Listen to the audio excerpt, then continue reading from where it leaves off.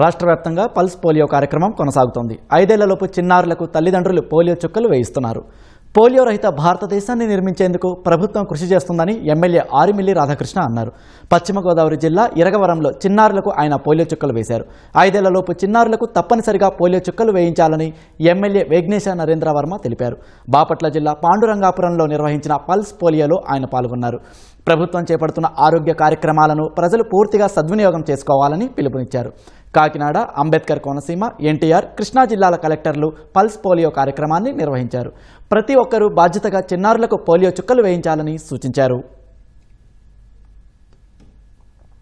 29,000 మంది పిల్లలకి ఈ కార్యక్రమం ద్వారా వాళ్ళకి పల్స్ పోలియో డ్రాప్స్ ని వేయటం జరుగుతుంది. కూటమి ప్రభుత్వం ప్రజారోగ్యానికి పెద్దపీట వేస్తుంది.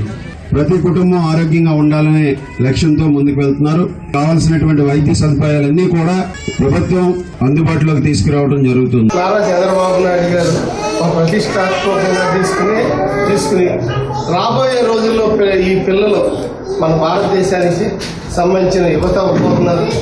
ఏ ఒక్కరికి కూడా 1% కూడా పోలియో రాగలదు.